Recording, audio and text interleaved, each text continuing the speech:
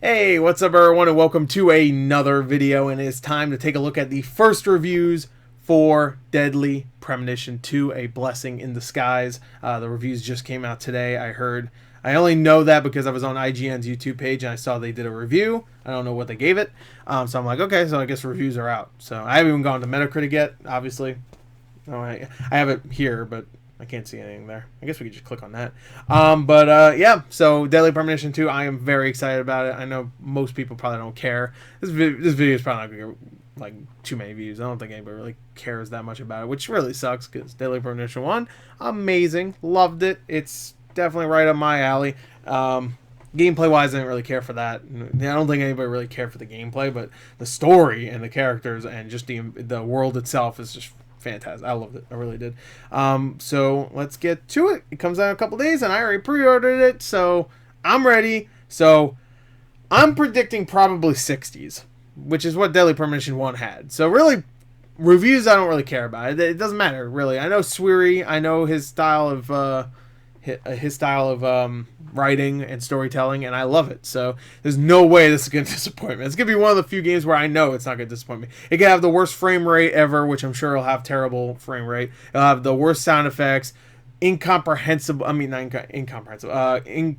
No, that's the right word. Story. Wait, is it comprehensible? Yeah, you can't comprehend. It can have all that stuff, and I'm still gonna be excited and probably love it. Anyway, let's go right now. Ooh, okay. 50. That's even lower than I thought it would be. All right. Oh, Friends of Mineral Town only has a 77 crosscode though. Pretty good. Only has a 77. Wait, hold on. Let's take a look at that real quick. Why only 77? What's wrong with it? What's wrong? Like many other life simulator story of seasons, Friends of Mineral will probably benefit from sunk cost fallacy. If you make it past the first 20 hours, why not Earth? But if you want a farm sim to wholeheartedly commit to, seek your pleasure elsewhere. Okay, well, I love the original, so I don't really care. All right, let's go back. This is Deadly Premonition. All right, I want to know why a 57. Because that's what I expected around there. But, all right. In the year 2005, because it is a prequel part, at least. All right. Okay, get this out of here. I need to see why. I need to see why.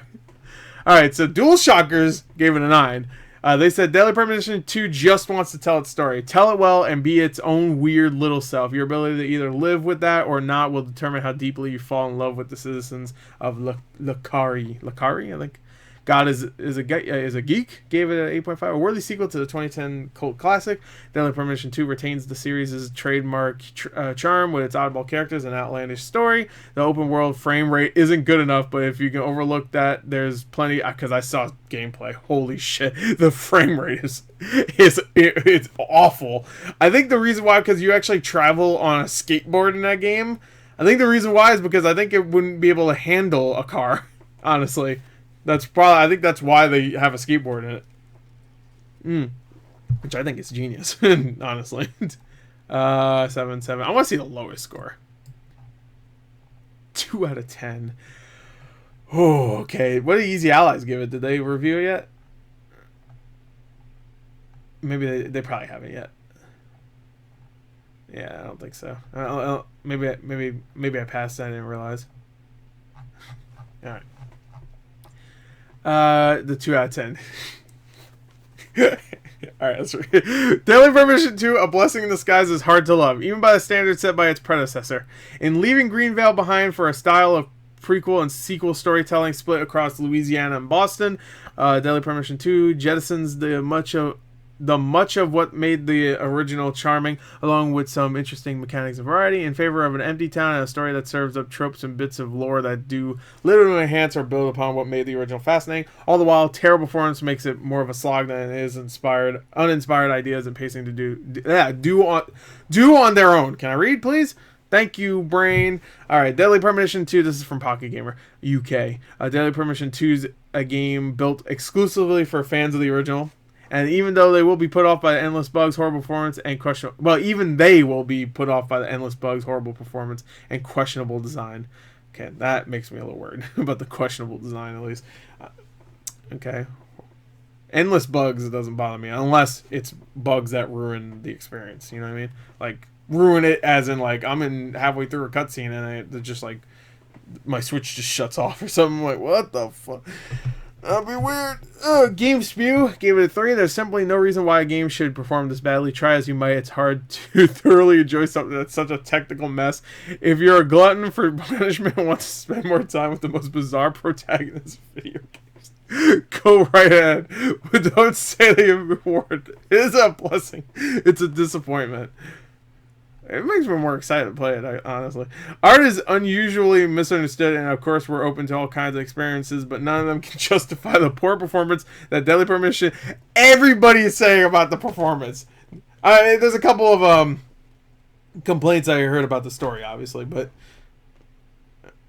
damn, everything is about the performance. Like, I wonder if it performed perfectly fine. What would, because the original game had its fair share of performance issues, but no, I don't think it was that bad. Mostly at least on Xbox. But damn, I wonder how the original performs on Switch, because I heard it was a decent port, so I'm assuming it's fine.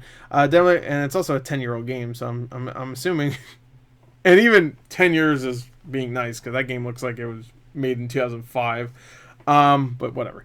Critical hit, Deadly Premonition 2, a blessing in disguise, wants to revel and self-praise its own absurdist nature, but at the end of the day, the actual game attached to all the strange dialogue, mechanics, and gameplay is painfully frustrating.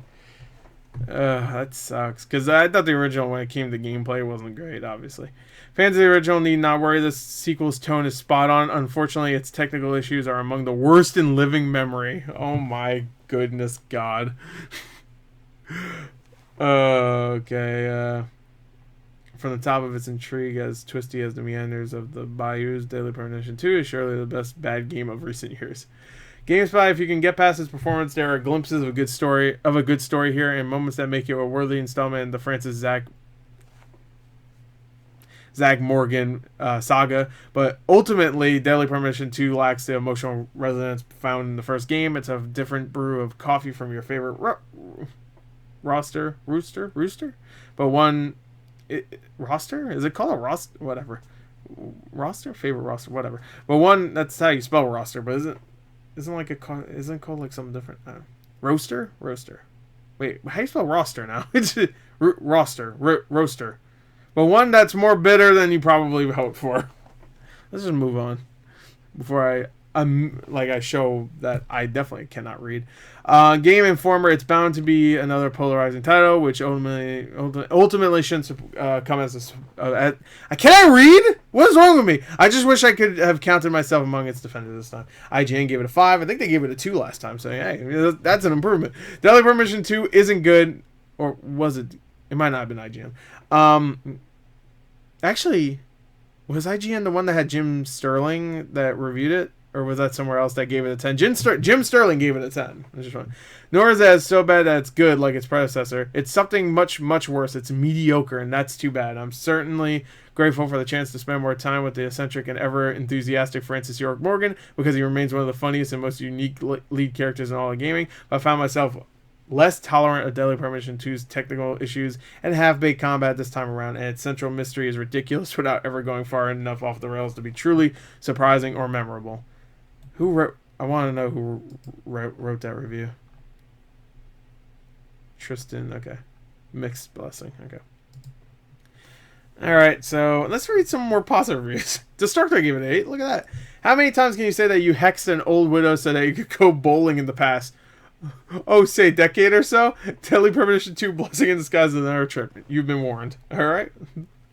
That's about what I expect from a review for a sequel to Deadly Premonition. All right, so it's at 56 now. It's going down. It seems like some people aren't like fans of the story itself, but they like some of the stuff, obviously. And if the performance issues weren't that big of an issue, then it seems like it would probably get more like 6s and 7s besides the 3s and stuff that's getting. That's what it seems like to me, because the gameplay itself doesn't seem like it's very good either. But which made me almost wish that they would just say screw the because I've actually seen a gameplay of the actual combat, but I'm assuming it's the same. It's like the same Resident Evil style shit that was in the original game. It almost makes me wish they axed that completely and just like made it like D4 or something where it's like quick time sequences or something. Because the story is what we're there for. We don't really want to go through like 30-40 minute sequences where you're just going through the the hospital is all zombified and stuff, whatever. You know what I mean? I think you do at least. Man, I can't wait to play. I'm still again, like I said, the reviews could have been a 20. It could have been a 20 on Metacritic. I would just be like, I'm in. Let's go. I'm in. I'm excited. Anyway, couple days, baby. I'm excited still. I don't care. Performance issues, sure, but hey, I'm getting a new Sweary story, so I'm good. Anyway, there you go. Daily Premonition 2. Bye.